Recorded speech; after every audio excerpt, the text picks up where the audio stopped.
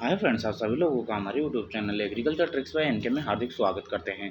जैसा कि आप लोगों को पता है कि एग्रीकल्चर से रिगार्डिंग कोई भी ट्रिक्स वगैरह होती है, हम आप लोगों को वीडियो के माध्यम से प्रोवाइड करवाते रहते हैं। तो फ्रेंड्स, हम आप लोगों को आने वाले समय के अंतर्गत और भी एग्रीकल्चर की अच्छी अच्छी ट्रिक प्रोवाइड करवाएंगे। उसके साथ-साथ ही जो भी कृषि विज्ञान से रिलेटेड जो भी कोई वैकेंसीज़ वगैरह आती है, वो भी हम आप लोगों को वीडियो के माध्यम से बताते रहते हैं। तो आज अपन बात करने वाले हैं एग्रीकल्चर सुपरवाइज़र की मोस्ट क्वेश्चन सीरीज़ को लेकर, जो कि बार-बार ऐसे क्वेश्चन पूछे जाते हैं, उनकी ही बात करूँगा जो मुख्य-मुख्य क्वेश्चन हैं। तो मैं मुख्य-मुख्य 60 प्रश्नों की बात करूँगा कि आपके कृषि प्रवेशक के अंतर्गत मुख्य-मुख्य 60 ही क्वेश्चन आते हैं। 60 क्वेश्चन उसका भी मैं सिलेबस जारी कर दूँगा, उसके अंतर्गत हिंदी, जीके और एग्रीकल्चर के अपने जो 60 क्वेश्चन होते हैं, तो एग्रीकल्चर के 60 क्वेश्चनों के अंतर्गत 20 तो आते हैं आपके सस्ते विज्ञान के, 20 आते हैं उद्यान विज्ञान के, और अगर मैं बात करूं 20 क्वेश्चन आपके आते हैं एनिमल हस्बेंड्री या पशुपालन से, है ना। तो मैं इन्हीं का जो जो क्वेश्चन बार बार पूछे जाते हैं ना, उनको ही लेके आया हूँ। तो ये सेशन आप लोगों के लिए काफ़ी इंपॉर्टेंट होने वाला है फ्रेंड्स। अगर एक दो तो क्वेश्चन आपको, चार पांच क्वेश्चन तो आपको हर एग्जाम के अंतर्गत देखने को मिलेगा, एग्रीकल्चर से रिगार्डिंग जितनी भी एग्जाम होती है उनके अंतर्गत। तो आई होप कि आप लोगों के लिए ये वीडियो काफ़ी यूज़फुल होने वाला है। तो ऐसे वीडियो को मिस ना करें फ्रेंड्स, और ऐसे की ऐसी सीरीज़ में डेली की डेली आप लोगों के लिए लाता रहता हूँ। तो आप उनको भी देखें, अपने फ्रेंडों के साथ में ज़्यादा साझा करें। तो चलिए अपन फर्स्ट क्वेश्चन की ओर बढ़ते हैं, ज़्यादा टाइम वेस्ट ना करते हुए।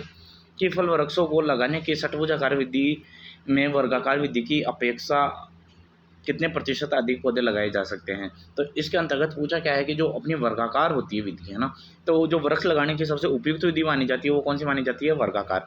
और वर्गाकार की अपेक्षा अगर अपन षटभुजाकार लगाते हैं, क्योंकि इसके अंदर सर्वाधिक जो पौधारोपण होता है जो षटभुजाकार के अंतर्गत ही होता है, तो उसके अंतर्गत कितने प्रतिशत अधिक लगेंगे वर्गाकार के। तो आई होप आप सभी लोगों को पता ही होगा कि इसका राइट आंसर क्या होने वाला है। तो ऑप्शन नंबर ए है 5%, ऑप्शन नंबर बी है 10%, 15% या 20%। ये आपके अब की बार जेट के अंतर्गत भी पूछा गया क्वेश्चन है, जो 2022 है, जेट 2022 का क्वेश्चन भी है ये। इसके अलावा आपके कृषि पर्यवेक्षक सुपरवाइजर जो बीकानेर के द्वारा ली गई थी उसके अंतर्गत भी पूछा गया है। इसके अलावा जो आपकी सुपरवाइजर की एग्जाम रिसेंटली हुई थी उसके अंतर्गत भी पूछा गया था। तो चलिए, आई होप कि आप सब लोगों को पता होगा इसका राइट आंसर क्या हो जाएगा। जो 15% अधिक वृक्ष हैं वो लगाए जाते हैं किसके अंतर्गत? वर्गाकार के मुकाबले षटभुजाकार विधि के अंतर्गत। चलिए नेक्स्ट क्वेश्चन की मैं बात करता हूँ। खजूर के देरी से पकने वाली किस्म है, जो देरी से पकती है उसे क्या कहते हैं? तो हलावी हो जाएगी, मेडजूल हो जाएगी, जायदी हो जाएगी या सामरान हो जाएगी।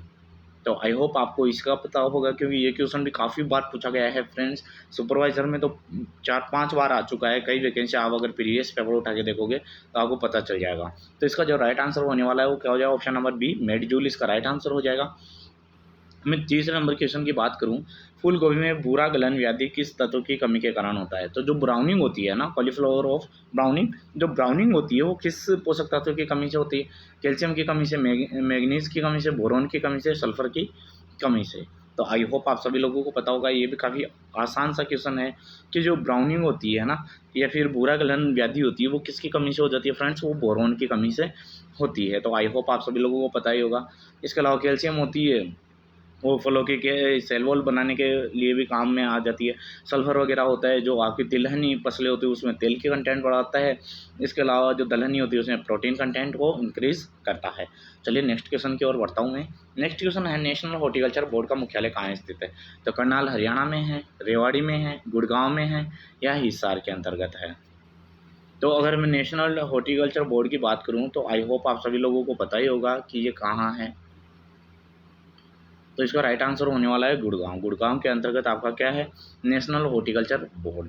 तो फ्रेंड्स, अगर मैं बात करूँ कि एनडीआरआई, जो एनडीआरआई है वो कहाँ है? नेशनल डेयरी डेवलपमेंट बोर्ड, वो कहाँ पे है आपका?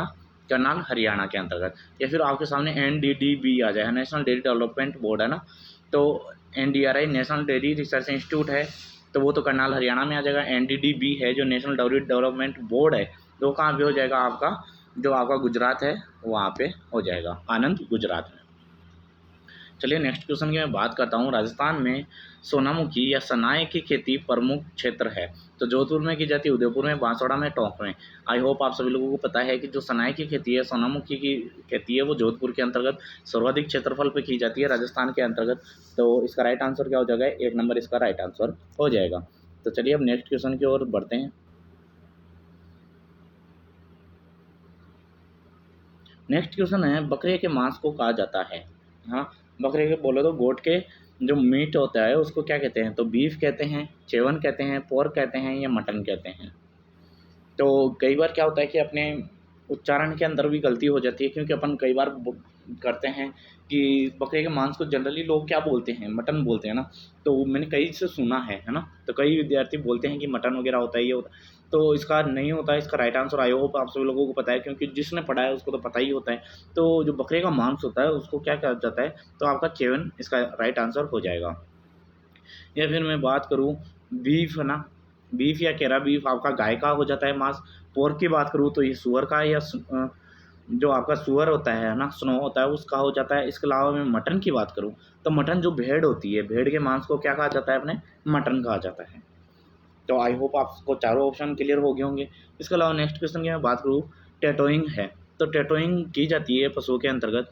तो वो टैटोइंग क्या कहलाती है, एक तरीका पशुओं को पहचान बनाने का होता है तरीका, या एक तरीका पशुओं को बेहोश करने का तरीका होता है, एक बीमारी का नाम है या पक्षी का नाम है। तो टैटोइंग आप लोगों को पता ही होगा कि जो पशु होते हैं ना, तो उसके कान के अंतर्गत एक परमानेंट स्याही करके और उसके कान के अंतर्गत टैटोनुमा एक संरचना बना दी जाती है, टैटो बना दिया जाता है। तो ये क्या होता है, एक पहचान करने का तरीका होता है। तो इसका राइट आंसर क्या हो जाएगा, 1 नंबर राइट आंसर हो जाएगा। और ये पहचान करने की विधि हो गई टैटोइंग।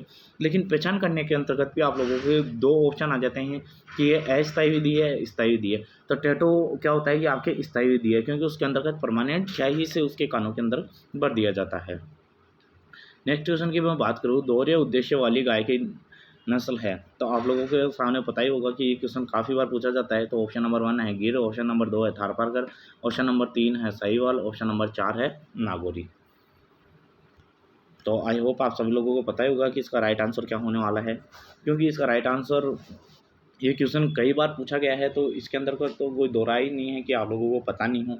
तो जो दोहरे उद्देश्य के लिए आती है वो आपकी थारपारकर हो जाती है। तो इसका राइट आंसर क्या हो जाएगी, बी नंबर राइट आंसर हो जाएगा। इसके अलावा मैंने ट्रिक बताई थी कि आपको कि शीशा गिरा दे, शीशा गिरा दे, है ना। तो इसके अंदर क्या आएगी, है ना। तो इसके अंदर शीशा का आएगा आपके साहिवाल हो गई, गिर हो गई, राठी हो गई, देवनी हो गई। ये किसकी किस में हो जाएगी, ये मिल्क ब्रीड हो जाएगी, है ना, दूध वाली नस्लें हो जाएगी। तो गिर आपका आ गया, है ना। तो गिर कौन सी होगी, मिल्क ब्रीड। अगर साहिवाल की बात करूँ तो ये भी क्या होगी, मिल्क वाली। और अगर नागौरी बछड़ी, ये कौन सी आती है आपकी, जो ये भारवाही नस्ल के अंतर्गत आती है, जो कृषि कार्यों के लिए काफ़ी उपयुक्त होती है नागौरी। चलिए अपन बात करते हैं नेक्स्ट क्वेश्चन की ओर। भैंस की सूरती नस्ल का मूल स्थान माना जाता है। तो आप इसके नाम से भी आंसर दे सकते हो कि राजस्थान में इसका मूल स्थान जो ओरिजिन पहले से राजस्थान है, गुजरात है, हरियाणा है या महाराष्ट्र है। तो आई होप आप सब लोगों को पता है कि जो आपकी गुजरात के अंदर ही क्या है, सूरत। तो सूरत से सूरती राइट आंसर कर सकते हो। तो इसका उत्पत्ति स्थान क्या हो जाएगा, गुजरात हो जाएगा, क्योंकि सूरत सिटी कहाँ है, गुजरात के अंतर्गत। तो वहीं का इसका उत्पत्ति स्थान है सूरती नस्ल का। तो गुजरात का उत्पत्ति स्थान इसका माना जाता है। नेक्स्ट क्वेश्चन की मैं बात करूँ, राजस्थान में कि निम्नलिखित में से कौन सा विषाणु जनित रोग नहीं है। इसके अंतर्गत आप लोगों के सामने कुछ रोग दिए गए हैं, इनमें से विषाणु से या वायरस से कौन सा रोग नहीं होता है। तो वो क्या हो जाएगा, आपका चेचक हो जाएगा, अतिसार हो जाएगा, रानीखेत हो जाएगा या निमोनिया हो जाएगा। तो आई होप आप सभी लोगों को पता ही है कि इसका राइट आंसर क्या होने वाला है। तो इसका राइट आंसर क्या हो जाएगा, अतिसार। अतिसार के अंतर्गत इसका राइट आंसर हो जाएगा। नेक्स्ट क्वेश्चन की मैं बात करूँ, रानीखेत रोग संबंधित है। तो ये किससे संबंधित है, भेड़ बकरियों से, कुक्कुट से, गाय भैंस से या सुअर व घोड़े से। तो ये क्वेश्चन भी आपका अभी रिसेंटली 2022 के अंतर्गत जेट के अंतर्गत पूछा गया क्वेश्चन है। आपको पता ही है कि पोल्ट्री से क्वेश्चन आता है। तो ये रानीखेत का, जो बीमारियों से क्वेश्चन आता है पोल्ट्री के अंतर्गत, तो ये रानीखेत का ही पूछा जाता है। तो कई बार रानीखेत ना देकर न्यूकैसल भी दे दिया जाता है इसका नाम। तो ये किससे संबंधित हो जाएगा, पोल्ट्री से, या फिर मैं बोलूँ कुक्कुट पालन से। तो इसका राइट आंसर क्या हो जाएगा, बी नंबर राइट आंसर हो जाएगा। नेक्स्ट क्वेश्चन की मैं बात करता हूँ, जो कर्मीहर दवाओं के रूप में निम्न दवाओं में से किसका प्रयोग नहीं किया जाता। तो इसके अंतर्गत पूछा है कि कर्मीहर के रूप में किसका दवा का यूज़ नहीं किया जाता। तो ऐसी गलती नहीं करनी है फ्रेंड्स, पढ़ने के अंदर कि किया जाता है या नहीं किया जाता। तो आई होप आप सभी लोगों को पता ही है कि इसका क्या राइट आंसर होने वाला है। ऑप्शन नंबर 1 है पाइपराजिन, ऑप्शन नंबर 2 है पोटेशियम परमैंगनेट, ऑप्शन नंबर 3 है थायोबेंडाजोल, ऑप्शन नंबर 4 है फेनबेंडाजोल। तो आई होप आप सभी लोगों को पता ही होगा कि अपन पोटेशियम परमैंगनेट है वो गर्मी हार के रूप में अपन यूज़ लेते ही हैं, ऑब्वियसली यूज़ लेते ही हैं। इसके अलावा मैं बात करूँ थायोबेंडाजोल, इसका भी यूज़ किया जाता है और फेनबेंडाजोल का भी इसके अंतर्गत यूज़ किया जाता है। तो अपने पास में राइट आंसर बचता है नो पाइपराजिन बचता है। तो इसका राइट आंसर क्या हो जाएगा, ए नंबर इसका राइट आंसर हो जाएगा।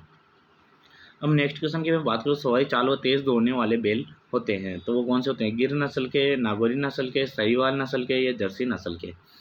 तो ये क्वेश्चन काफ़ी अच्छा क्वेश्चन है, ये काफ़ी बार पूछा गया क्वेश्चन है, क्योंकि इसके अंतर्गत विद्यार्थी को जो कन्फ्यूज़ होती है ना, तो जो सबसे बड़ा दिक्कत ये आती है कि जो सवाई चाल के लिए कौन सी नस्ल फेमस है ना। तो इसके अंदर भी सवाई चाल दिया हुआ है। तो आई होप कि आप सभी लोगों को पता ही होगा। पहले मैं इसका राइट आंसर की बात कर लेता हूँ। जो सवाई चाल व तेज़ दौड़ने वाले बैल होते हैं, तो तेज़ दौड़ने वाले कौन से होते हैं, नागौरी बैल। तो जो नागौरी बैल होते हैं वो ही क्या होते हैं कि सवाई चाल के लिए भी काफ़ी फेमस होते हैं फ्रेंड्स। तो अपन ने बात कर ली इस क्वेश्चन की कि जो सवाई चाल व तेज़ दौड़ने वालों की बात आई, तब तो अपने को क्या करना है, नागौरी टिक करना है। इसके अलावा अगर आपके लोगों के सामने आती है कि सवाई चाल के लिए जो प्रसिद्ध नस्ल है, तो जो सवाई चाल के लिए कौन सी है, तो सवाई चाल के लिए कौन सी नस्ल प्रसिद्ध है, वो क्या हो जाएगी आपकी कांकरेज, कांकरेज। और अगर मैं बात करूँ कांकरेज का जो उत्पत्ति स्थान है, तो वो कच्छ, कच्छ का रण क्षेत्र है ना, गुजरात के अंदर है कच्छ का रण क्षेत्र। तो ये कांकरेज होती है, ये कौन सी हो जाएगी आपकी सवाई चाल के लिए। ओनली डायरेक्ट है ये पूछा जाए कि आपको कि भारतीय नस्लों में सबसे भारी जो कि सवाई चाल के लिए प्रसिद्ध है वो कौन सी हो जाएगी। ये भारी नस्ल होती है कांकरेज और सवाई चाल के लिए फेमस है, तो वो कौन सी हो जाएगी आपकी कांकरेज। लेकिन इसके अंतर्गत सवाई चाल व तेज़ दौड़ने वाले पूछा है, तब आपका राइट आंसर क्या हो जाएगा, नागौरी, क्योंकि नागौरी बैल होते हैं वो भी अपनी चाल सवाई चाल के लिए काफ़ी फेमस माने जाते हैं। नेक्स्ट क्वेश्चन की मैं बात करूँ, मादा पशुओं का गर्भधारण का उत्तम समय होता है। तो अगर आपके पास में मादा पशु है, उसको गर्भधारण करवाना है, तो कौन से समय के अंतर्गत करवाना चाहिए। तो शुरू होने के 6 घंटे तक, जो कि वो मध्यकाल में आती है, उसके स्टार्ट होने के 6 घंटे तक, या उसका जो मध्यकाल होता है 12 से 18 घंटे का, उसके अंतर्गत, या शुरू के 4 घंटे तक, या अंतिम अवस्था के 24 घंटे तक, या फिर आपको जो मध्य चक्र चलता है उसके 24 घंटों में कभी भी, या अंतिम अवस्था होती है तब तक करवा सकते हैं। तो इसका राइट आंसर आई होप आप सभी लोगों ने, अभी काफ़ी बार ये क्वेश्चन पूछा गया है, तो आप लोगों को पता ही होगा कि जो मध्यकाल का जो 12 से 18 घंटे का पीरियड होता है ना, जो एस्टर साइकिल होता है, उसके अंतर्गत अपन क्या करवाते हैं, इसको गर्भधारण करवाते हैं। इसके अंतर्गत क्या होता है कि जो पशु ठहरने की जो प्रोबेबिलिटी है वो क्या हो जाती है, बहुत अधिक हो जाती है। तो इसका राइट आंसर बी हो जाएगा।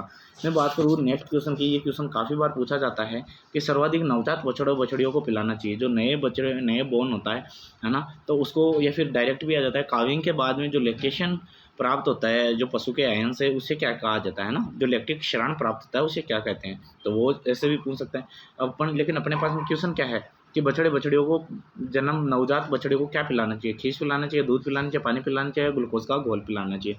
तो आई होप आप सभी लोगों को पता है कि उसको क्या पिलाना चाहिए, खीस।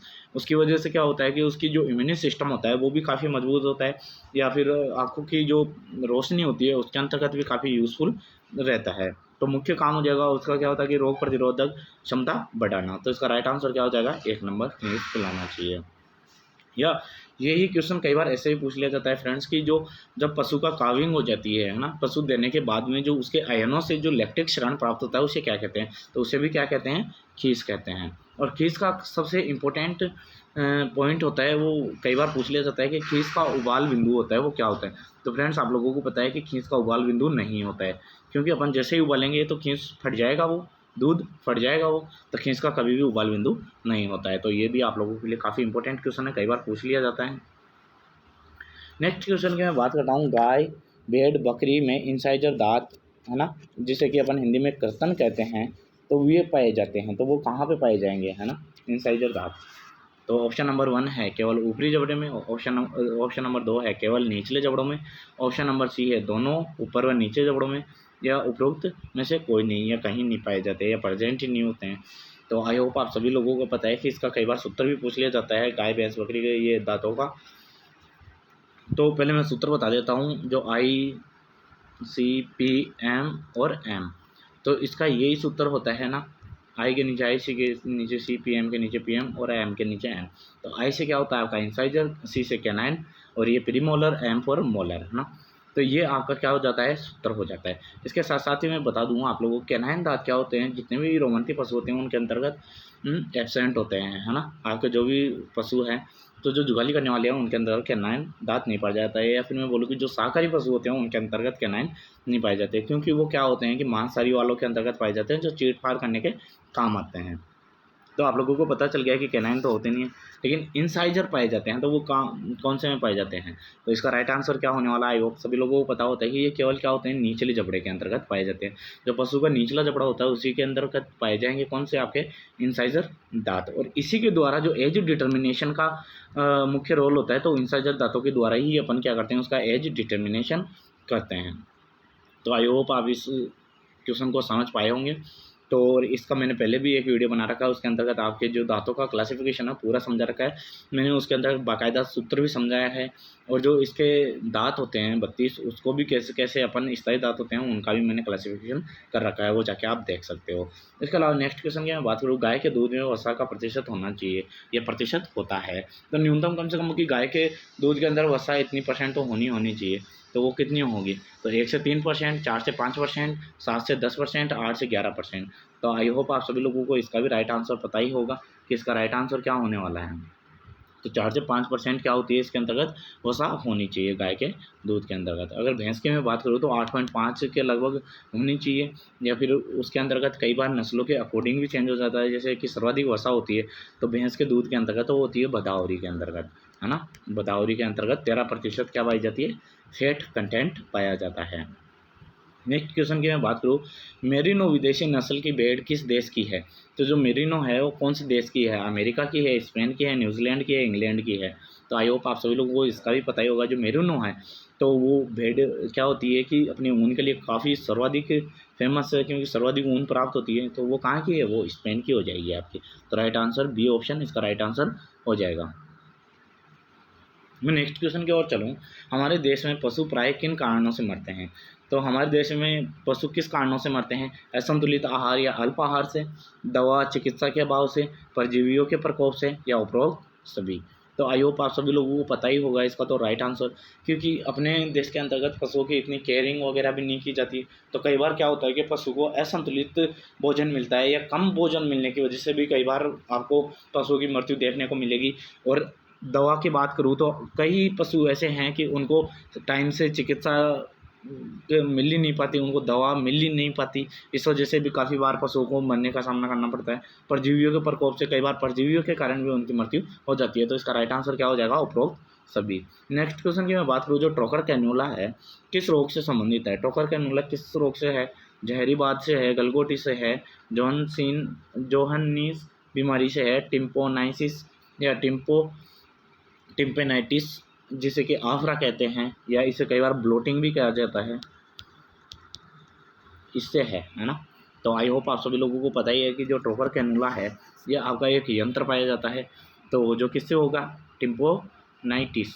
जो टिम्पोनाइटिस है या जिसे आफरा कहते हैं, या इसे ब्लोटिंग भी कहा जाता है ना, क्योंकि आपके प्री जी के अंतर्गत क्वेश्चन पूछा गया था जिसके अंतर्गत ब्लोटिंग दिया हुआ था, है ना, उसमें टिम्पोनाइटिस नहीं दिया हुआ था। तो अब इसके अंतर्गत क्या करते हैं, पशु होता है उसके पेट के अंदर असमान पशु यानी कि आहार ज़्यादा खा लिया, या फिर उसकी वजह से उसके पेट के अंतर्गत क्या आ जाता है, आफरा आ जाता है। तो उसके आफरा निकालने के लिए जो यंत्र काम लिया जाता है उसे क्या कहते हैं, ट्रोकर कैनुला। ट्रोकर कैनुला को बाईं ओर से, पशु के बाईं ओर से यूज़ किया जाता है फ्रेंड्स, ये भी काफ़ी इंपॉर्टेंट है। बाईं ओर से उसको लगा के, और उसके अंतर्गत जो गैस भर गई है उसे बाहर निकाला जाता है। तो आफरे को बाहर निकाल दिया जाता है किसके द्वारा, ट्रोकर कैनुला के द्वारा। ये आपका एक यंत्र है। तो इसका राइट आंसर क्या हो जाएगा, 4 नंबर। नेक्स्ट क्वेश्चन की मैं बात करूँ, टिम्पोनाइटिस जो आफरा है या ब्लोटिंग वह रोग है, तो जीवाणु से जनित है, विषाणु जनित है, फफूंद जनित है, या आहार जनित है। तो इसका मैंने पहले ही बता दिया था कि आहार की वजह से हो जाता है, कि ज़्यादा हरा चारा वगैरह खाने से उसके आहार की वजह से उसके अंतर्गत क्या आ जाता है, आफरा आ जाता है। और जिसको आफरे को दूर किया जाता है वो किसके द्वारा, ट्रोकर कैनुला के द्वारा उसको रिमूव किया जाता है।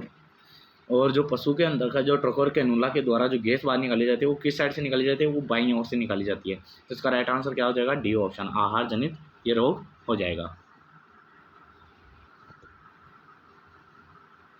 नेक्स्ट क्वेश्चन की मैं बात करता हूँ, जो कुकुट पॉक्स है या फाउल पॉक्स है, ये जनित है। तो फफूंद से होता है, वायरस से होता है, जीवाणु से होता है, प्रोटोजोआ जनित है। तो आई होप आप सभी लोगों को इसका भी राइट आंसर पता ही होगा कि जो कुकुट फाउल पॉक्स है वो किससे होता है, विषाणु से होता है या वायरस के द्वारा होता है। एक मैंने पहले भी बताई थी एफ आर के नाम से, जिसके अंतर्गत फूड एंड माउथ डिजीज़ हो गया था, है ना। आर का अपन ने रानीखेत बात की थी, एफ का मतलब था फाउल पॉक्स, है ना, और आर का मतलब था रिंडरपेस्ट। तो इसके अंतर्गत मैंने पहले ही बताया था कि जो वायरस जनित है तो उसे एफ आर ट्रिक बनाकर भी आप आसानी से याद कर सकते हो। तो ये किस ऑप्शन नंबर बी इसका राइट आंसर हो जाएगा। क्वेश्चन नंबर में 23 की बात करूँ, कौन सी भैंस की सींग छोटे व जलेबी आकार के मुड़े हुए पाए जाते हैं। तो ये काफ़ी इंपॉर्टेंट करेक्टर है, ये काफ़ी बार पूछा गया क्वेश्चन है कि जलेबी आकार के सींग है वो किसके अंतर्गत पाए जाते हैं, सूरती के अंतर्गत, जाफराबादी के अंतर्गत, मुर्रा के अंतर्गत या नीली रावी के अंतर्गत। तो आई होप आप सभी लोगों को पता ही होगा कि इसका राइट आंसर क्या होने वाला है, क्योंकि ये क्वेश्चन काफ़ी बार पूछा गया क्वेश्चन है। तो जो आपके सींग होते हैं जलेबी आकार के, वो किसके पाए जाते हैं, मुर्रा के अंतर्गत। और इसको जेट ब्लैक भी कहा जाता है ना, जो ब्लैक ब्यूटी है, ब्लैक ब्यूटी के नाम से भी इसको जाना जाता है, मुर्रा नस्ल को। तो इसका राइट आंसर जो ऑप्शन नंबर सी है वो इसका क्या हो जाएगा, राइट आंसर। नेक्स्ट क्वेश्चन की मैं बात करूँ, पशुओं को आंतरिक परजीवी मारने के लिए कृमिनाशक दवा पिलानी चाहिए। तो जो पशुओं के पेट के अंतर्गत जैसे परजीवियों का हो जाता है प्रकोप, तो उसको कृमिनाशकों को मारने के लिए जो दवा पिलाई जाती है, तो वर्ष में एक बार पिलाई जाती है, प्रत्येक माह में पिलाई जाती है, वर्ष में 2 बार पिलाई जाती है, या 2 वर्षों में 1 बार पिलाई जाती है। तो ये भी आप लोगों को मैंने पहले भी डिस्कस किया था इस चीज़ के बारे में, कि आप लोगों को पता ही है कि पशुओं के अंतर्गत आंतरिक परजीवियों को मारने के लिए अपन क्या करते हैं, हर 6 महीने पे या साल के अंदर वर्ष में 2 बार इसको क्या पिलाते हैं, दवाई पिलाते हैं। तो इसका राइट आंसर सी हो जाएगा, वर्ष में 2 बार क्या पिलाते हैं पशुओं को, कृमिनाशक दवाई। अब दूध दोहने की सर्वोत्तम विधि है, पूर्ण हस्त, अंगूठा विधि, चुटकी विधि, या इनमें से कोई नहीं।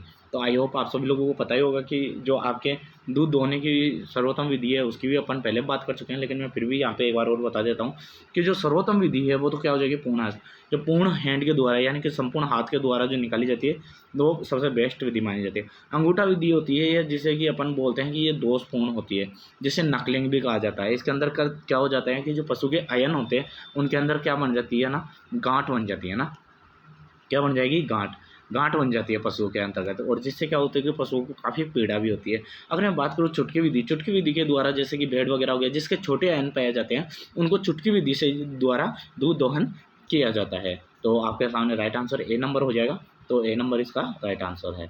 नेक्स्ट क्वेश्चन की मैं बात करूँ, कम क्षेत्रफल में चावल की नर्सरी तैयार करने के लिए उपयुक्त विधि है। तो अपने एग्रोनॉमी की सीरीज भी चला रखी थी, उसके अंतर्गत भी मैंने आप लोगों को बताया था कि कम क्षेत्रफल के लिए चावल की नर्सरी तैयार करनी है तो कौन सी विधि उपयुक्त मानी जाएगी। तो इसका अपन पहले भी इसका डिस्कस कर चुके हैं। तो डेपोक विधि होगी, शुष्क क्यारी विधि होगी, गीली क्यारी विधि होगी, या SRI विधि होगी। तो आई होप आप सभी लोगों को पता ही है कि इसके लिए जो उपयुक्त होगी, जो कम क्षेत्र के लिए उगाते हैं या नर्सरी तैयार करने के लिए, जो अपने डेपोक मेथड होता है ना, वो सबसे क्या माना जाता है, सबसे उपयुक्त माना जाता है। अगर नेक्स्ट क्वेश्चन की मैं बात करूं, शुगर कैन, गन्ना में प्रयुक्त शुगर शब्द किस भाषा से लिया गया है। तो शुगर कैन किस भाषा से लिया गया है, इसकी अपन ने पहले भी बात की थी। ये संस्कृत भाषा का है, अंग्रेजी भाषा का है, ग्रीक भाषा का है, या लैटिन भाषा का है। तो फ्रेंड्स मैं एक चीज़ बता दूं कि जो भी अपन जो क्वेश्चन सोल्व कर रहे हैं ये आपके कृषि प्रवेशक के अंतर्गत पूछे गए क्वेश्चन है। तो ऐसे मत सोचना कि ये आप लोगों के लिए काफ़ी इंपॉर्टेंट नहीं है, ये काफ़ी इंपॉर्टेंट क्वेश्चन है तभी मैं आप लोगों के लिए लेके आया हूँ। तो जो शुगर कैन है वो कौन सी शब्द का हो जाएगा फ्रेंड्स, वो संस्कृत भाषा का शब्द है, अंग्रेजी भाषा का तो है नहीं, संस्कृत भाषा का है। ग्रीक की बात करूँ तो मैंने बताया था जिसके पीछे लॉजी लगा होता है वो ग्रीक वर्ड होते हैं, और जिसके पीछे कल्चरा लगा होता है वो लैटिन वर्ड होता है। लेकिन इसके अंतर्गत ही मैंने आप लोगों को बताया था, एक तो सिट्रिकल्चर प्लस इसका एक और अपवाद माना जाता है, वो कौन सा होता है, पोमोलॉजी। ये दोनों क्या होता है, लैटिन एंड ग्रीक दोनों से मिलकर बना हुआ होता है। और इसके अंतर्गत ही मैंने बताया था पोमोलॉजी है, जो पोमम है ना, वो तो लैटिन वर्ड है, और लॉजी है वो क्या होता है, ग्रीक वर्ड। तो आपको अलग अलग ऑप्शन में मिल जाए, ग्रीक और लैटिन, पोमोलॉजी है ग्रीक व लैटिन। तो आप लोगों को क्या करना है, उसके अंतर्गत ग्रीक वर्ड करना है, इसका भी अपन पहले ही बात कर चुके हैं। चलिए मैं नेक्स्ट क्वेश्चन की ओर बढ़ता हूँ। अपने पास में है, पूसा जॉइंट किस फसल की महत्वपूर्ण किस्म है। ये पूसा जॉइंट काफ़ी बार पूछ ली गई है फ्रेंड्स। तो आई होप आप सभी लोगों को पता ही होगा कि रिंजका की है, जवार की है, जई की है, बरसिम की है। तो इसका राइट आंसर होने वाला है वो कौन सा हो जाएगा, बरसिम। बरसिम की ये पूसा जॉइंट फसल, ये महत्वपूर्ण किस्म है वो किसकी है, बरसिम की है। ये काफ़ी बार पूछा गया क्वेश्चन है फ्रेंड्स। नेक्स्ट क्वेश्चन की ओर चलूँ मैं। जैविक मृदा, है ना, में जैविक पदार्थों की मात्रा होनी चाहिए।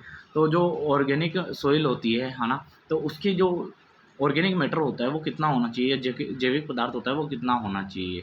तो 20% से ज़्यादा होना चाहिए, 10 से 20% होना चाहिए, 5 से 10 या 5 से कम परसेंट होना चाहिए। तो ये क्वेश्चन भी आपका काफ़ी बार पूछा जाता है, तो काफ़ी इंपॉर्टेंट क्वेश्चन है।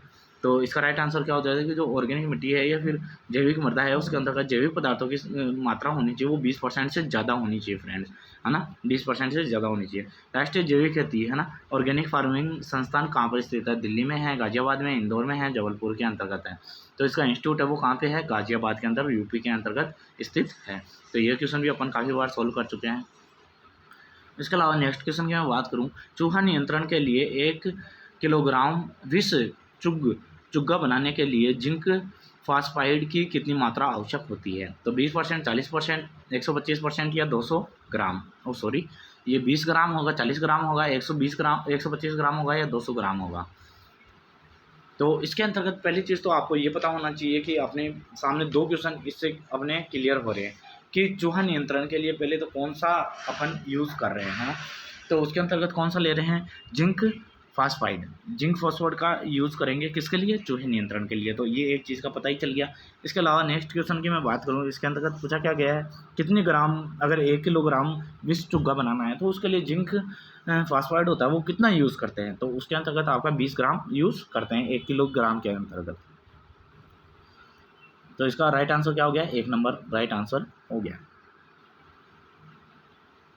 नेक्स्ट क्वेश्चन की ओर चलते हैं। सूखे से प्रभावित क्षेत्रों के लिए ज्वार की उपयुक्त किस्म है ना। तो ड्रॉट रेजिस्टेंट में अगर ड्राई लैंड एग्रीकल्चर का अपने एक सेपरेट वीडियो लाएंगे जिसको कि आप जितनी भी किस्में हैं उनको ट्रिक के माध्यम से याद कर पाओगे। मैं सभी के सभी जो कि मुख्य मुख्य फसलें हैं 7, 8 या 10, 12, तो उनकी मैं ट्रिकें लेके आऊँगा जिससे कि आप जो भी सूखा साइंसिल है उनके आप आसान भाषा के अंतर्गत याद कर सकोगे, क्योंकि हर एग्ज़ाम के अंतर्गत उनमें से एक वेराइटी ज़रूर पूछी जाती है। तो मैं कोशिश करूँगा जल्दी से जल्दी वो वीडियो भी आप लोगों को प्रोवाइड करवाऊँगा। तो चलिए बात करते हैं कि वो कौन सी उपयुक्त किस्म है। SPV 15 हो जाएगी या CSV 10 हो जाएगी, CSV 17 हो जाएगी या प्रताप ज्वार 1430 हो जाएगी। तो इसका राइट आंसर क्या होने वाला है? जो CSV है 17 वो काफ़ी सूखे ज्वार प्रतिरोधी किस्म मानी जाएगी। सूखे के प्रति जो ज्वार की किस्म होती है तो वो कौन सी होती है? CSV 17। नेक्स्ट क्वेश्चन की मैं बात करूँ, वर्ष 2011-12 के अनुसार 2011-12 के अनुसार दलहन उत्पादन में राजस्थान का भारत में स्थान था। जो दालें उत्पादन के अंतर्गत स्थान था 2011-12 के अनुसार पूछा गया है इसके अंतर्गत, तो वो कौन सा था? चतुर्थ था, द्वितीय था, तृतीय था या पाँचवा था? तो आई होप आप सभी लोगों को पता ही होगा कि जो अपना तृतीय स्थान था उस टाइम पे कौन सा था? तृतीय स्थान माना जाता है।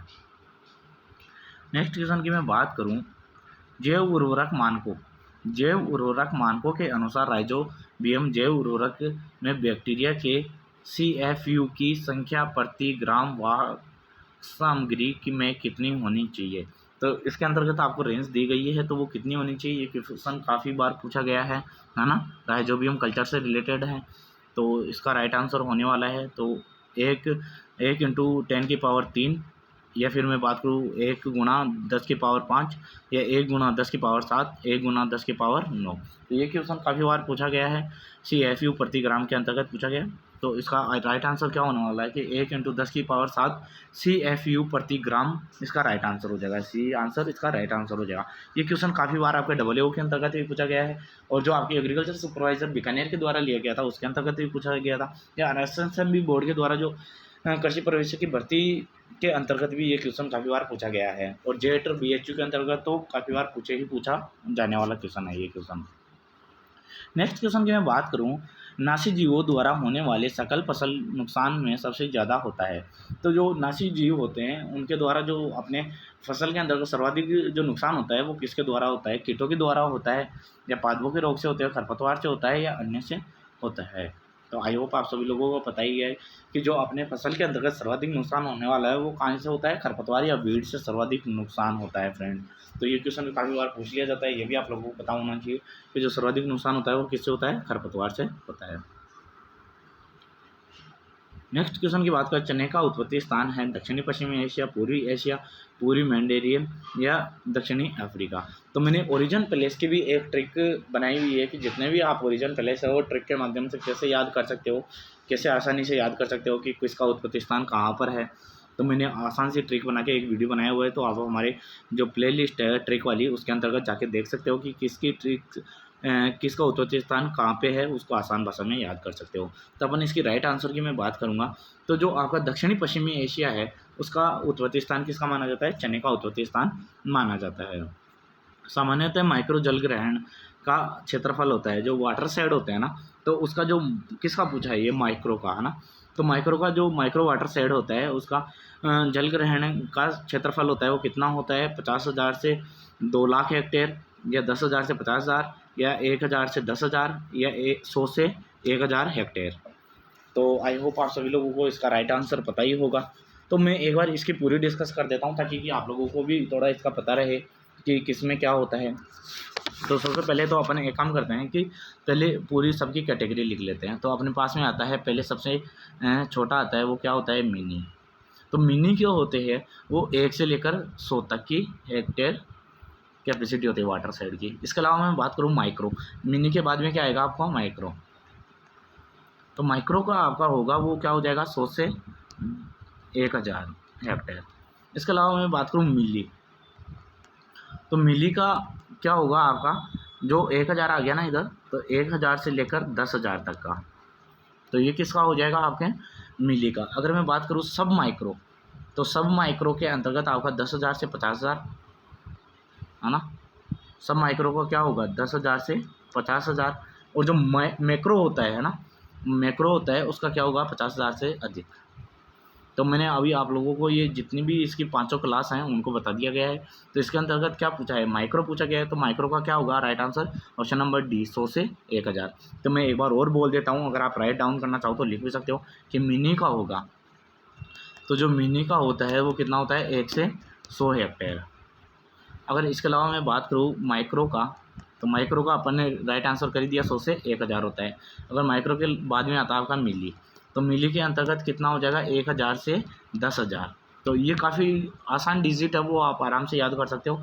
अगर मैं बात करूँ सब मैक्रो है ना, तो मैक्रो से पहले क्या आता है सब मैक्रो। सब मैक्रो का क्या होगा 10,000 से 50,000 हेक्टेयर। अगर मैं बात करूँ मैक्रो की, तो वो 50,000 से अधिक हो जाएगा, तो 50,000 से अधिक का हो जाएगा मैक्रो। तो अब आप लोगों को चाहे कहीं से भी क्वेश्चन पूछे तो आप उसका राइट आंसर कर सकते हो। नेक्स्ट क्वेश्चन की ओर मैं चलता हूँ। नेक्स्ट क्वेश्चन है अपने पास में, मृदा में सूक्ष्म जीवों की संख्या का सही क्रम है। तो फफूंद हो जाएगा फर्स्ट पे, फिर बैक्टीरिया होते हैं, फिर एक्टिनोमाइसीटीज, या फिर अन्य होते हैं। इसके अंदर का नेक्स्ट ऑप्शन है फफूंद है, एक्टिनोमाइसीटीज है, फिर फफूंद है, या फिर अन्य है। इसके अंदर का ऑप्शन नंबर 3 है बैक्टीरिया, एक्टिनोमाइसीटीज, फिर बैक्टीरिया, फिर अन्य है। इसके अंदर ऑप्शन नंबर 4 है एक्टिनोमाइसीटीज, फफूंद, बैक्टीरिया और फिर अन्य है। तो आई होप आप सभी लोगों को पता ही होगा कि इसने क्या पूछा है संख्या के आधार के ऊपर। तो संख्या के आधार के अंतर्गत मृदा के अंतर्गत जो सूक्ष्म जीव होते हैं वो कैसे पाए जाते हैं। तो इसके अंतर्गत पहला आ जाएगा बैक्टीरिया। तो सर्वाधिक संख्या के अंदर बैक्टीरिया पाए जाएंगे, फिर एक्टिनोमाइसीटीज पाए जाएंगे, फिर इसके अंतर्गत क्या पाए जाएंगे वो बैक्टीरिया हो गया, एक्टिनोमाइसीटीज हो गया, और फिर बैक्टीरिया, एक्टिनोमाइसीटीज एंड विषाणु वायरस है ना। तो इसके अंतर्गत वायरस आ जाएगा। तो इसका ये याद रखना है, इसका राइट आंसर क्या हो जाएगा ऑप्शन नंबर सी। अगर यही आपको बाहर के माध्यम से पूछ लिया जाए, या फिर आपको बैक्टीरिया ना देकर यहाँ पे फफूंद डायरेक्ट दे दिया जाता है, या फंगस दे दिया जाता है, तो राइट आंसर फिर भी यही रहने वाला है, क्योंकि सर्वाधिक बैक्टीरिया होता है 1 नंबर पे, फिर एक्टिनोमाइसीटीज होते हैं। तो फिर वायरस ना देकर आपको फंगस भी दे सकता है। इसके अलावा मैं बाहर के आधार पर बात करूँ, तो बाहर के अंतर्गत आपके फफूंद आ जाएगा, फिर एक्टिनोमाइसीटीज है ना, और फिर उसके बाद में क्या आ जाएगा बैक्टीरिया। तो अगर बाहर के आधार पर दे तो आप ऐसे कर सकते हो, और अगर संख्या के आधार पे दो तो भी आप इसको राइट आंसर कर सकते हो। परीक्षण, नेक्स्ट क्वेश्चन की मैं बात करूँ, परीक्षण के लिए मृदा नमूने की मृदा कणों का आकार होना चाहिए। तो अगर अपने को सॉइल टेस्टिंग करनी है, उसका परीक्षण करना है, तो उसके लिए जो मृदा के नमूने हैं उनके कण होते हैं, तो मृदा के कण होंगे वो कितने होने चाहिए। तो 2 मिलीमीटर से कम, यानी कि mm हो जाएगा ना, तो 2 mm से कम होना चाहिए। 0.02 mm से कम हो जाएगा, या 0.2 mm से कम, या 2 mm से 4 mm के बीच में होना चाहिए। तो आई होप आप सभी लोगों को पता ही है कि अगर अपन सोइल टेस्टिंग कर रहे हैं, है ना, या फिर सोइल का परीक्षण कर रहे हैं, तो उसके अंतर्गत जो मृदा के कण होते हैं उनका सामान्य जो आकार होता है वो कितना होना चाहिए, 2 mm से कम होना चाहिए। तो इसका राइट आंसर क्या हो जाएगा, 1 नंबर, 2 mm से क्या होना चाहिए, कम होना चाहिए। मैं नेक्स्ट क्वेश्चन की ओर बढ़ता हूँ। केंद्रीय बारानी कृषि अनुसंधान संस्थान स्थित है, तो सोलापुर के अंतर्गत है, कालाहांडी में, हैदराबाद में है, या बारामती में है। तो आई होप आप सभी लोगों को बताया कि जो बारानी कृषि अनुसंधान संस्थान है वो कहाँ पर है, हैदराबाद के अंतर्गत है। तो ये क्वेश्चन भी काफ़ी बार पूछा गया है, तो आप लोगों को पता ही होगा। अगर मैं सोलापुर की बात करूँ तो उसके अंतर्गत आपका अनुसंधान किसका है, अनार का होता है। नेक्स्ट क्वेश्चन की चलो बढ़ते हैं। कपास में बोलवर्म के नियंत्रण के लिए फेरोमोन प्रपंच, है ना, जो बीज अंकुरण के लिए कितने दिन के बाद में प्रयोग करना चाहिए। जो फेरोमोन प्रपंच लगाते हैं तो बीज के अंकुरण के कितने बाद में यूज़ करते हैं कि बोलवर्म का जो पिंक बॉलवर्म होती है उसका अटैक होता है, तो उसके नियंत्रण के लिए अपन कितने दिन बाद में लेते हैं, 75 दिन बाद में लेते हैं, 21 दिन बाद में, 55 दिन बाद में, या 90 दिन बाद में। तो जर्मिनेशन के कितने दिन बाद में यूज़ लेते हैं। तो आई होप आप सभी लोगों को पता ही होगा कि जो 21 दिन होता है उसके बाद में अपन इसका प्रपंच का यूज़ करते हैं या फेरोमोन ट्रैप का यूज़ करते हैं। नेक्स्ट क्वेश्चन की और बात करूँ, ये क्वेश्चन भी काफ़ी बार पूछा गया है। 1 किलो सोयाबीन से, है ना, सोयाबीन से सोया दूध तैयार किया जा सकता है, तो कितना दूध तैयार किया जा सकता है, 1 से 2 किलो, या 30 से 40 किलो, या 10 से 12 किलो, या 6 से 8 किलो। तो सोयाबीन से आपको पहले तो ये पता होना चाहिए कि सोयाबीन से क्या तैयार किया जाता है, सोया दूध भी तैयार होता है। और सोयाबीन का जो ग्लाइसिन मैक्स है तो उसका उत्पत्ति स्थान कहाँ है, चीन है। तो इससे क्या होता है कि सोया दूध बनाया जाता है, और सोया दूध से कई बार जो सोया पनीर होता है ना, जिसे टाइफू के नाम से भी जाना जाता है, तो सोया पनीर भी इससे तैयार किया जाता है। तो अपन बात करेंगे जो सोया दूध तैयार होता है वो कितना किलो होता है। तो इसका राइट आंसर आई होप आप सभी लोगों को पता ही है कि जो 6 से 8 किलो है वो तैयार हो जाता है। 1 किलो सोयाबीन से 6 से 8 किलो सोया दूध बनाया जा सकता है, और इसको बनाने की काफ़ी आसान विधि होती है।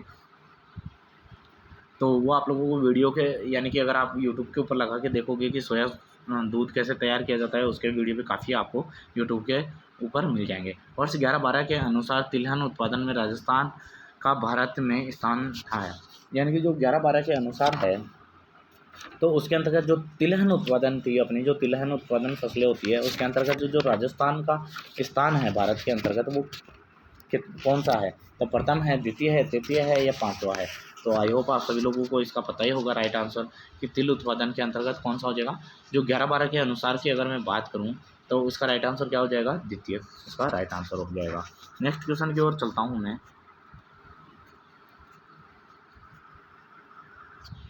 नेक्स्ट क्वेश्चन है आपके सामने, कृषि शस्य जलवायु क्षेत्र में पौधे वृद्धि काल की उपयुक्त गणना के लिए वर्षा तथा अधिकतम वाष्पोत्सर्जन, है ना, पीईटी के अलावा अन्य मुख्य कारक है। तो जो कृषि शस्य जलवायु क्षेत्र में जो पौधे की वृद्धि काल की उपयुक्त गणना के लिए, कि उसके बढ़वार काल के लिए जो गणना करते हैं, तो उसके लिए वर्षा तथा अधिकतम वाष्पोत्सर्जन, है ना, के अलावा मुख्य कारक और कौन सा होगा, उसका वनस्पति हो जाएगा, तापमान हो जाएगा, मृदा की गहराई, या मृदा में नमी भंडारण क्षमता हो जाएगी। तो आई होप ये क्वेश्चन भी आप लोगों को समझ में आया होगा कि जो उसका बढ़वार काल देखना है तो उसके लिए जो वर्षा भी हो गई और वाष्पोत्सर्जन भी हो गया, तो उसके अलावा और क्या मुख्य कारक हो सकता है ना, शस्य जलवायु क्षेत्र के लिए।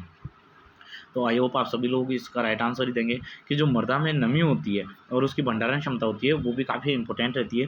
तो इसका राइट आंसर डी ऑप्शन इसका राइट आंसर हो जाएगा। नेक्स्ट क्वेश्चन की मैं बात करूँ, मृदा में केशिकीय जल का किस वायु दाब पर होता है। जो मृदा में केशिकीय जल पाया जाता है, जिसे कि अपन अवेलेबल वाटर भी बोलते हैं, केशिकीय जल को क्या बोलते हैं, अवेलेबल वाटर, है ना, या उपलब्ध जल। तो जो पौधे अपनी मेटाबॉलिक एक्टिविटी के लिए जो जल की लेते हैं, तो वो कौन सा जल प्रोवाइड होता है उनको, केशिका जल, या हाँ मैं बोलूँ इसको उपलब्ध जल ही प्रोवाइड होता है। तो उसका जो रेंज होती है वो क्या होती है, तो 0.33 से 1 एटमॉस्फेयर, या 1 से 10 एटमॉस्फेयर, या 0.33 से 31 एटमॉस्फेयर, या फिर 15 से 31 एटमॉस्फेयर। तो एटमॉस्फेयर को कई बार शॉर्ट के अंदर 80 MB लिख दिया जाता है ना, या कई बार बार के अंदर भी दिया जाता है। तो वो आप लोगों को इसके अंतर्गत इश्यू नहीं आएगा, इसका अपन ने पहले ही जो सोशल साइंस की क्लासें हैं उसके अंतर्गत डिस्कस किया हुआ है। तो सोइल साइंस के अंतर्गत इससे क्वेश्चन काफ़ी बार ही पूछे जाते हैं, बहुत बार पूछे जाते हैं फ्रेंड्स। आपने अभी रिसेंटली प्रीपीजी का देखा होगा या फिर जेट वगैरह का देखा होगा, डब्ल्यू का देखा होगा, उसके अंतर्गत भी काफ़ी क्वेश्चन पूछे गए थे। तो जो अवेलेबल वाटर होता है तो वो क्या हो जाएगा, 0.33 से 31 एटमॉस्फेयर या एटीएम पर उपलब्ध जो जल होता है वो क्या होता है, आपका केशिकीय जल होता है। तो केशिकीय जल होता है वो कितना हो जाएगा, 0.33 से 31 एटमॉस्फेयर के मध्य हो जाएगा। चलिए नेक्स्ट क्वेश्चन की मैं बात करूँगा, आम की बीज रहित किस्म कहलाती है। तो नीलम है, हापुस है, मल्लिका है, सिंधु है। तो मैंने पहले ही इसकी भी ट्रिक भी बताई थी आपको, सीडलेस से एस याद रखना, तो एस फॉर सिंधु हो जाएगा। तो सीडलेस और सिंधु, तो इसका राइट आंसर क्या हो जाएगा, ऑप्शन नंबर 4 इसका राइट आंसर हो जाएगा। और इसके अपन ने ट्रिक की बात की थी, जो भी इनके क्रॉस वगैरह है उनकी भी अपन ने पहले ही बात कर सके थे, जैसे कि NAR हो गया, RAS हो गया। और नेक्स्ट क्वेश्चन की मैं बात करूँ, नींबू में सिट्रस कैंकर रोग का कारण है। तो जेंथोमोनास सिट्राई जीवाणु के द्वारा होता है, फाइटोप्थोरा सिट्रोप्थोरा के कवक के कारण होता है, या फाइटोप्थोरा कवक के कारण होता है, या ट्रिस्टेंजा विषाणु होता है उसके द्वारा होता है। तो आई होप आप सभी लोगों को पता है कि सबसे पहले तो आपको ये पता होना चाहिए कि जो सिट्रस कैंकर होता है वो कवक के द्वारा होता है, विषाणु के द्वारा होता है, या जीवाणु के द्वारा होता है। तो ये किसके द्वारा होता है, जो ये बैक्टीरिया के द्वारा होता है या जीवाणु के द्वारा होता है। तो इसके अंतर्गत इसमें भी कवक दिया गया है, इसमें कवक और इसमें विषाणु, तीनों ऑप्शन क्या हो जाएंगे अपने, गलत हो जाएंगे। तो ऑप्शन नंबर पहला जो जेंथोमोनास सिट्राई जीवाणु है उसके द्वारा क्या होता है, नींबू के अंतर्गत सिट्रस कैंकर रोग होता है। नेक्स्ट क्वेश्चन की मैं बात करूँ, फल मक्खी किसका प्रमुख हानिकारक कीट है। ये काफ़ी बार क्वेश्चन पूछा गया है। तो ये पपीते का है, बेर का है, खजूर का है, या फालसे का है।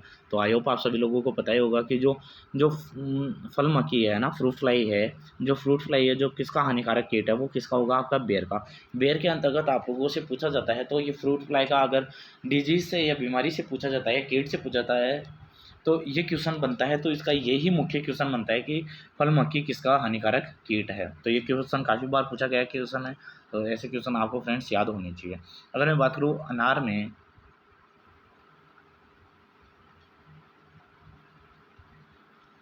एक सेकेंड, मैं बात करूँ नेक्स्ट क्वेश्चन की, अनार के फरवरी मार्च में पुष्पन को कहते हैं। तो ये इसके अंतर्गत 3 बहारें पाई जाती है, अम्बे बहार, मरग बहार और हस्त बहार, तीनों पाई जाती है। तो जो फरवरी मार्च के पुष्पन के लिए है ना, तो कहा जाता है वो कौन सा होता है, तो मरग बहार होती है, हस्त बहार होती है, अम्बे बहार होती है, इनमें से कोई नहीं। तो आई होप आप सभी लोगों को इसका राइट आंसर पता ही होगा कि जो आपकी अम्बे बहार होती है ना, तो अम्बे बहार क्या होगी, इसका right answer option number C इसका राइट आंसर हो जाएगा। अम्बे बहार के अंतर्गत ही आपके फरवरी मार्च के अंदर पुष्पन देखने को मिला जाता है। नेक्स्ट क्वेश्चन की मैं बात करूँ, बागवानी के समग्र विकास के लिए राष्ट्रीय बागवानी मिशन का प्रारंभ किया गया था। 2005-6 के अंतर्गत, या 7-8 के अंतर्गत, इसके अलावा 8-9 के अंतर्गत, या 9-10 के अंतर्गत। तो आई होप आप सभी लोगों को इसका राइट आंसर पता ही होगा कि इसका राइट आंसर क्या होगा।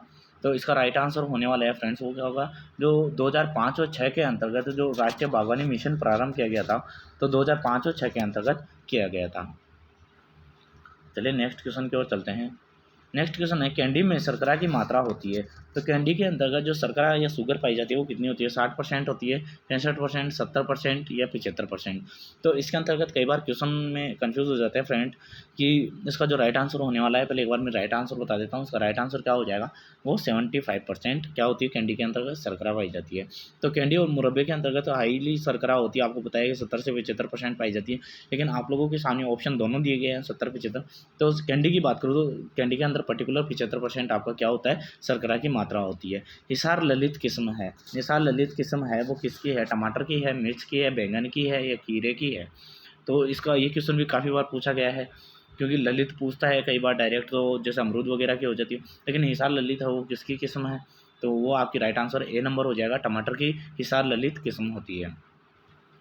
नेक्स्ट क्वेश्चन की मैं बात करूँ कि जितने भी सेंटर ऑफ एक्सीलेंस हैं उनसे काफ़ी बार क्वेश्चन पूछे जाते हैं, और विशेष रूप से अपने जो कि एग्रीकल्चर सुपरवाइज़र की वैकेंसी होती है उसके अंतर्गत एक सेंटर ऑफ एक्सीलेंस तो पूछा जाता है।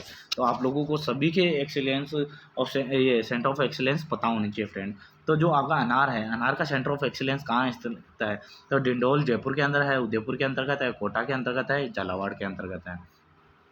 तो आई होप आप सभी लोगों को पता ही होगा कि इसका राइट आंसर क्या होने वाला है, क्योंकि जो कि आपका जो अनार का है, अनार का सेंटर ऑफ एक्सीलेंस है वो कहाँ पे है, आपका डिंडोल जयपुर के अंतर्गत है ना, डिंडोर जयपुर में।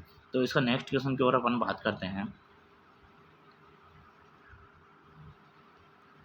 गाजर की एशियाई किस्मों में अधिक पाया जाता है। जो गाजर की दो प्रकार की जो किस्में पाई जाती है, तो जिसके अंतर्गत जो एशियाई किस्में हैं उसके अंतर्गत सर्वाधिक पाया जाता है वो क्या होता है, एंथोसाइनिन पिगमेंट होता है, या क्वेरेसेटिन पिगमेंट होता है, या लाइकोपिन पिगमेंट होता है, या इनमें से कोई नहीं।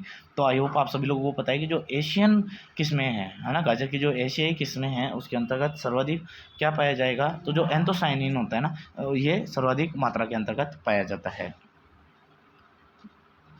नेक्स्ट क्वेश्चन की मैं बात करूं, पूसा यमदागिनी किस्म है। तो जो पूसा यमदागिनी फसल है, किस्म है, वो मूली की है, गाजर की है, शलजम की है, टमाटर की है। तो ये क्वेश्चन भी काफ़ी बार पूछा गया है, पूसा यमदागिनी किस्म है वो किसकी है। ये आपके सुपरवाइजर में पूछा गया क्वेश्चन है फ्रेंड्स, आप लोगों को पता ही होगा। तो इसका राइट आंसर हो जाएगा, वो क्या हो जाएगा, गाजर। गाजर के किस्म है कौन सी, पूसा यमदागिनी। अगर इसके अलावा नेक्स्ट क्वेश्चन की मैं बात करूँ,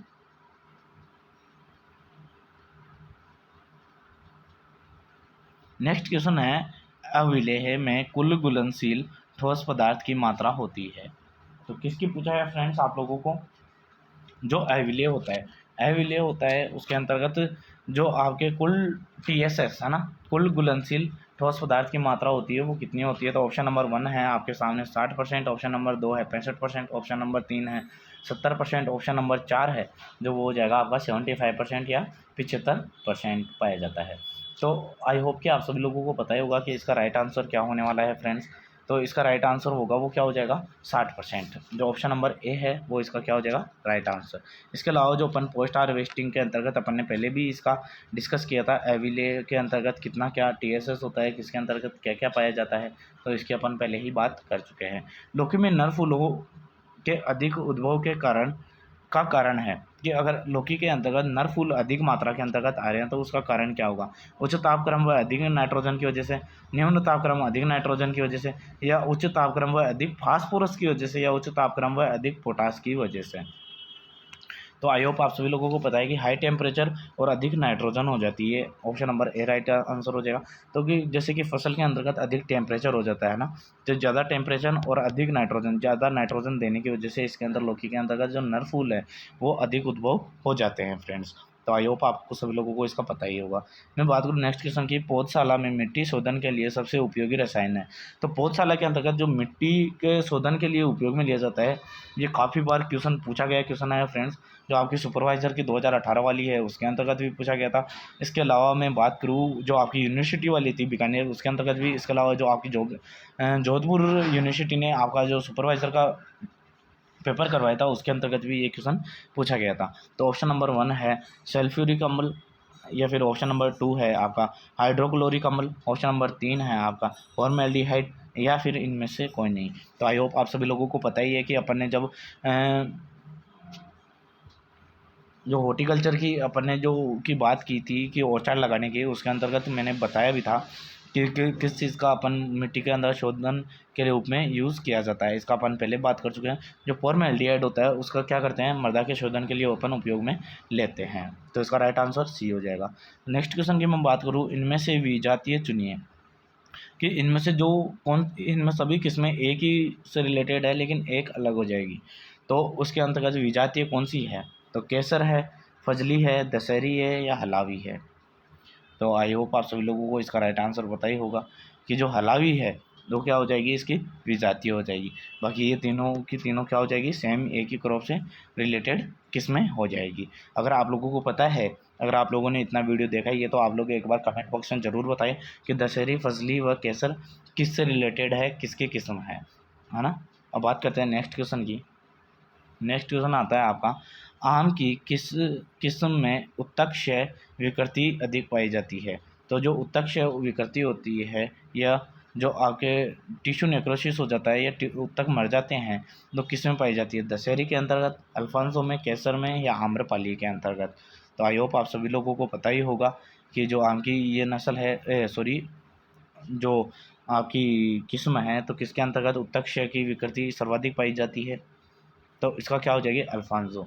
है ना, सर्वाधिक निर्यात भी की जाती है। और इसके अंतर्गत ये क्या किया जाता है कि उत्तक के अंतर्गत सर्वाधिक नुकसान होता है अल्फांसो के अंतर्गत, वो इसी के अंतर्गत होता है। तो आई होप आप सभी लोगों को ये क्वेश्चन काफ़ी पसंद आए होंगे।